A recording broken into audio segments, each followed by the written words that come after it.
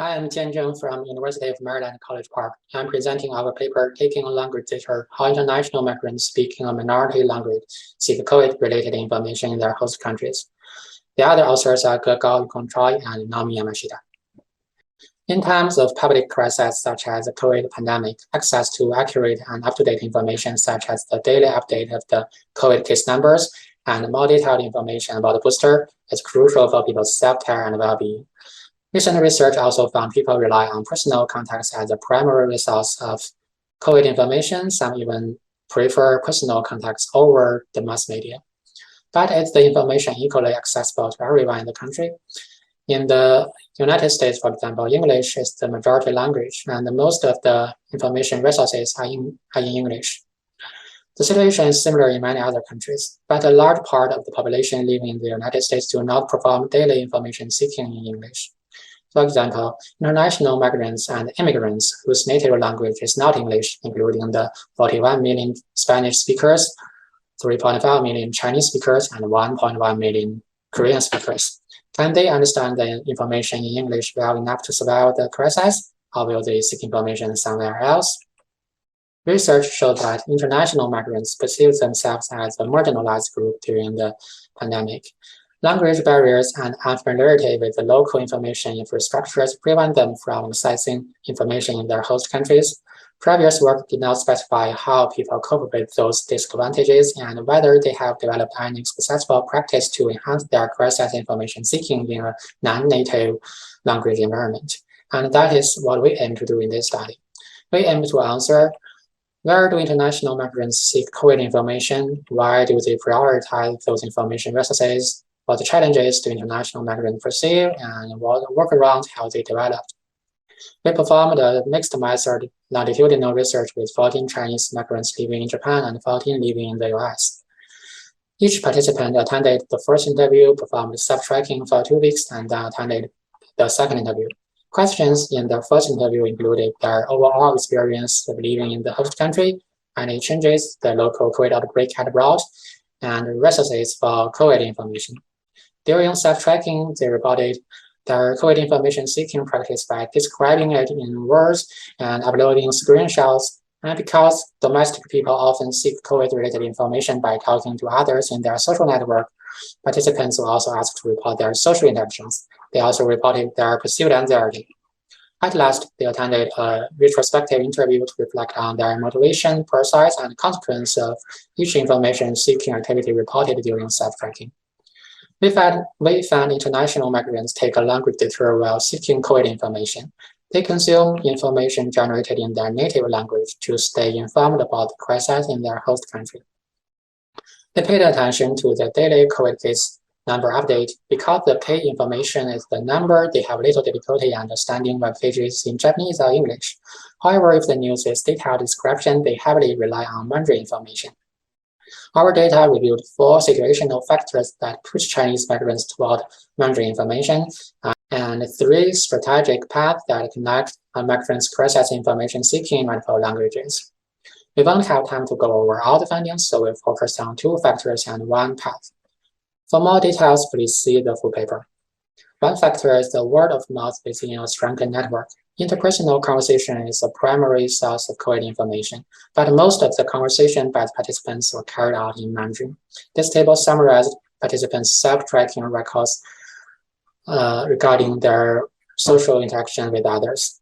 Most of the conversation were carried out with fellow Chinese migrants in Mandarin. The tiny portion with local people was usually around work-related topics.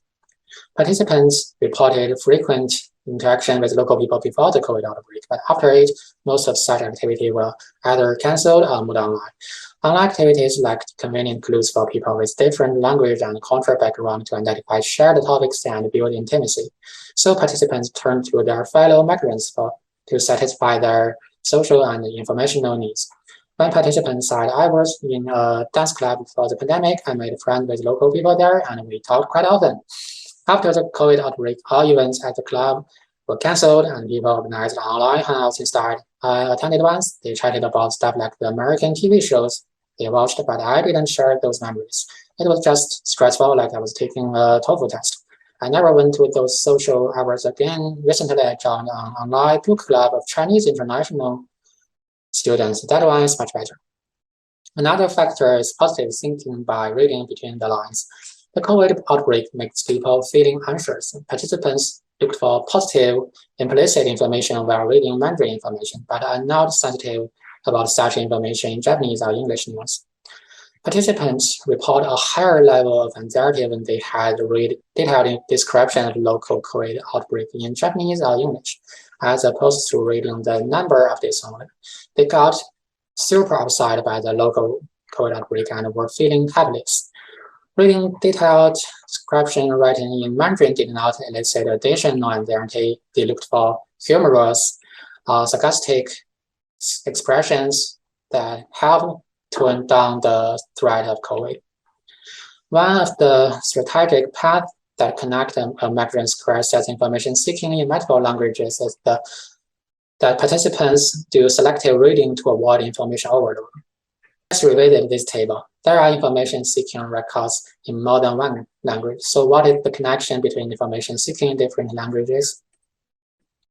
One common practice is a two-step workflow. They first browse the wide range of COVID information in Mandarin.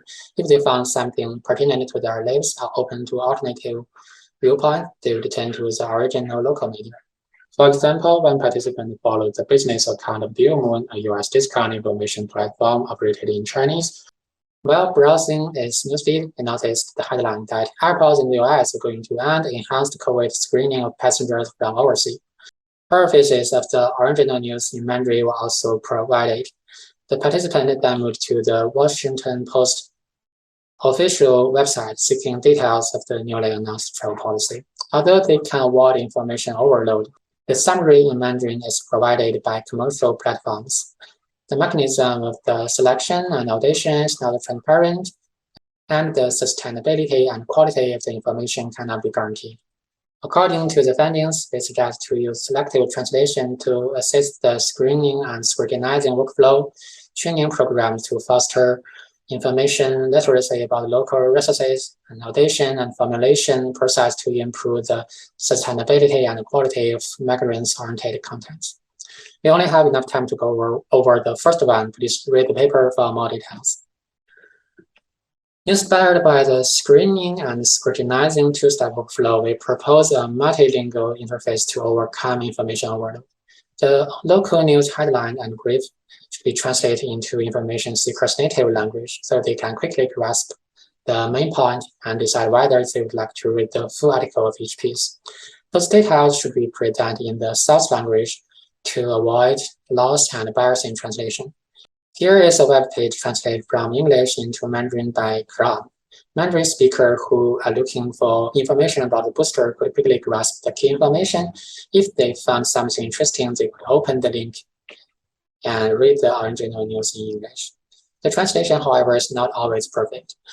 The quality of machine translation could be improved by professional translators or bilingual volunteers, but the information seeker should still be aware of the possible errors or bias in the process of translating.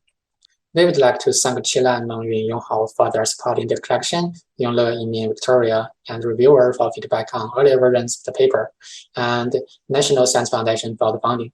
There's another paper from our group, facilitating global team meeting between language-based subgroups. When and how can machine translation help? And say if you are interested. Thank you for listening, and please reach out if you have any questions.